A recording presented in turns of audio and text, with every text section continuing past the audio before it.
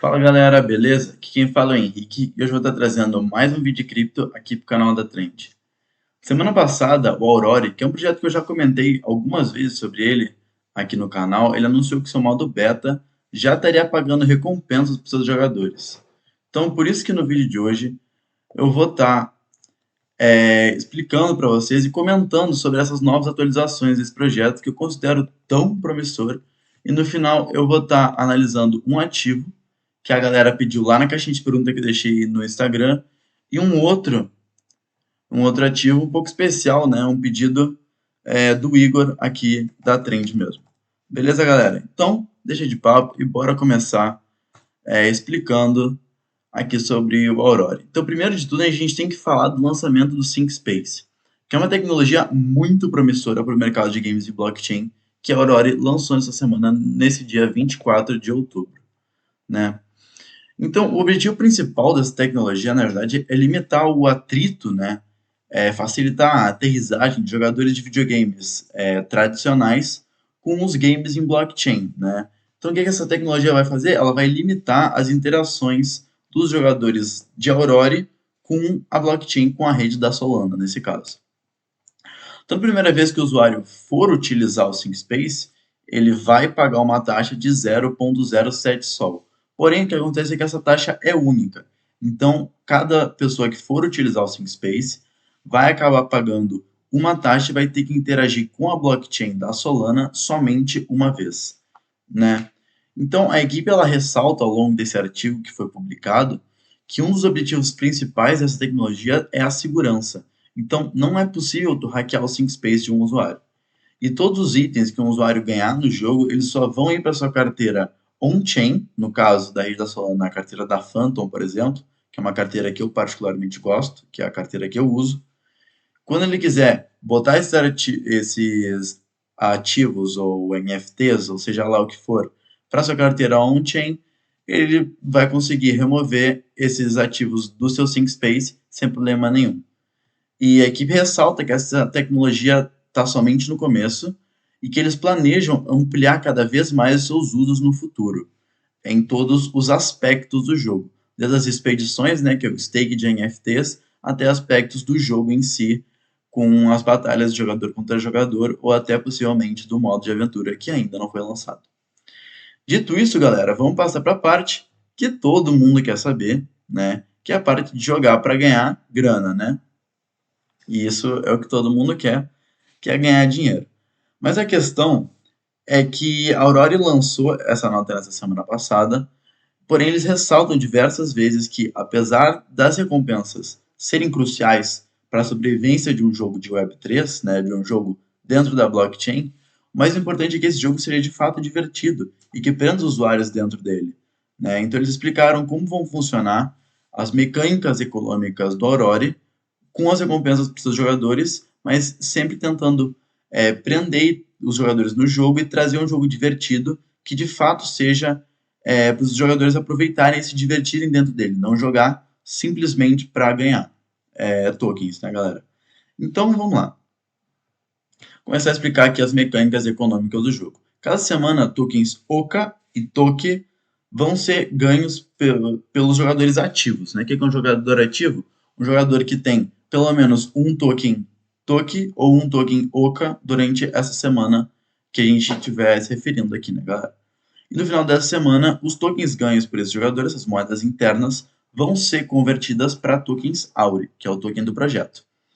Então, os tokens OKA vão ser para jogadores que já investiram no jogo. E atualmente, para contar como um jogador que investiu no jogo, você tem que ter pelo menos um Neft seu, que você comprou. O que é o Neft? É o Pokémonzinho do jogo, né? Então você tem que ter pelo menos um Pokémonzinho seu. Cada Neft ele vai ter uma energia que eles chamam de Okanergy, aqui, né? Tá escrito. Que dura 10 batalhas, no caso, ganhando ou perdendo. Para cada batalha ganha, o seu Neft vai ganhar tokens Oka, certo? E os outros dois Nefts, caso eles não sejam seus, eles vão ganhar tokens Toki, certo? Ah, Henrique, mas eu não tenho nenhum Neft, eu não investi nada no jogo. Todos os bonequinhos que você usar na batalha vão ganhar tokens Toki, não tokens Oka, certo? A razão deles em comparação com o Token Auri é um pouquinho diferente, porque eles querem estimular as pessoas a investirem sempre, mas o objetivo deles também é permitir com que jogadores que não investam possam participar do jogo e ganhar recompensas, certo? Então, voltando ao que eu estava falando, que cada Neft tem uma energia que serve para 10 batalhas, e quando acaba essa energia, o seu Neft, por mais que eu queira seguir jogando com o meu Neft, que é meu mesmo, ele vai deixar de ganhar os tokens Oka e só vai receber tokens Token. Beleza? Então, mas ok, joguei a semana inteira e ganhei um monte de token Oka e um monte de token Token. Mas quantos Auri é isso? Nisso daí, o time explica nesse artigo baseado nessa fórmula daqui, que é uma fórmula relativamente não muito complicada, né? Não é muito complicada, não. Então, a quantidade de toque, lembrando que a fórmula é a mesma para os dois, né, galera? Então, a quantidade de toque que você ganhou, dividida pela quantidade total de toque que os jogadores receberam durante essa semana, vezes a quantidade de Auri que vai ser distribuída, vezes o valor de toque comparado a Auri, é o que você vai ganhar nessa semana. Então, aqui eles nos trazem um exemplo, né? Vamos supor que esse jogador daqui, ele ganhou 200 token nessa semana. E nessa mesma semana, 1000 Auri vão ser distribuídos. E desses 200 token que o jogador ganhou, se comparar com todos os jogadores juntos ganharam 600. E esse carinha daqui ganhou 200 sozinho. Então ele tem um terço de todo mundo. Tu aplica os números nessa fórmula e esse cara teria ganho 133 Auri jogando nessa semana. Beleza, galera? Então, lembrando que só recebe essas moedas internas do jogo para partidas ganhas. E para começar a ganhar, para começar a jogar e testar esses mecanismos e o jogo em si, não precisa investir nada. Eu, por acaso, já estou testando, já joguei essa semana e vou ver quanto que eu ganho, porque amanhã é a primeira distribuição, certo? Que é essa primeira semana desse sistema deles. E vamos ver quanto que eu ganho amanhã, né, galera? Amanhã é dia 2 de novembro.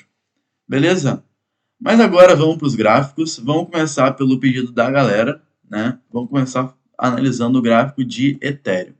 Então, o Ethereum para mim estava dentro desse retângulo daqui, certo? Esse retângulo foi rompido, certo? Foi rompido com bastante volume aqui no dia 25 de outubro e bateu no alvo já no mesmo dia 25 de outubro ou até mesmo no dia 26, né, galera?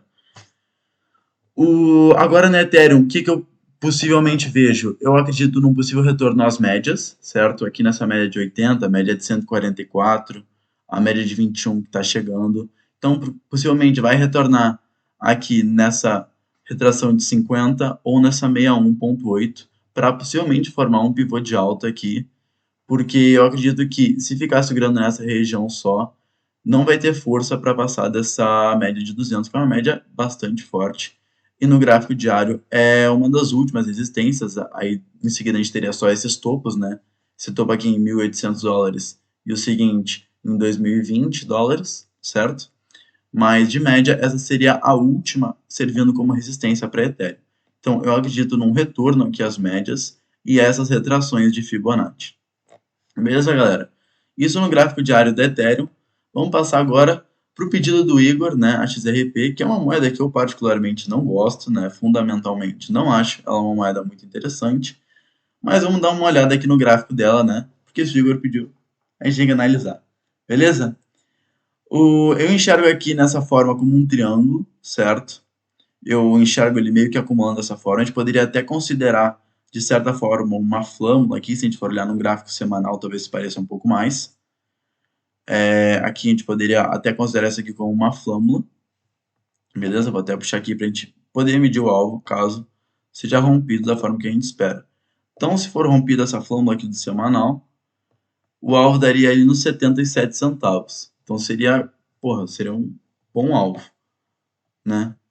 Daria ali mais ou menos os valores atuais, questão de 65%. Então é um bom alvo se a gente pegar dessa flâmula daqui, galera, beleza?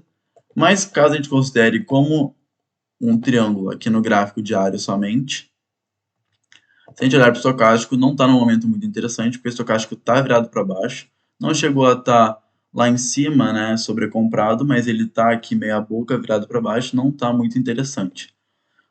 Vale também a gente olhar que o volume está bem abaixo da média, certo? Nesses últimos dias, volume muito fraco, ainda mais se a gente comparar com outros ativos, até Ethereum, por exemplo, teve um volume alto aqui, dia 25, 26, 27, 28, 29 de outubro, e até nesse dia 31 de outubro tem um volume forte, quando a XRP vem com um volume bem fraquinho abaixo da média, beleza?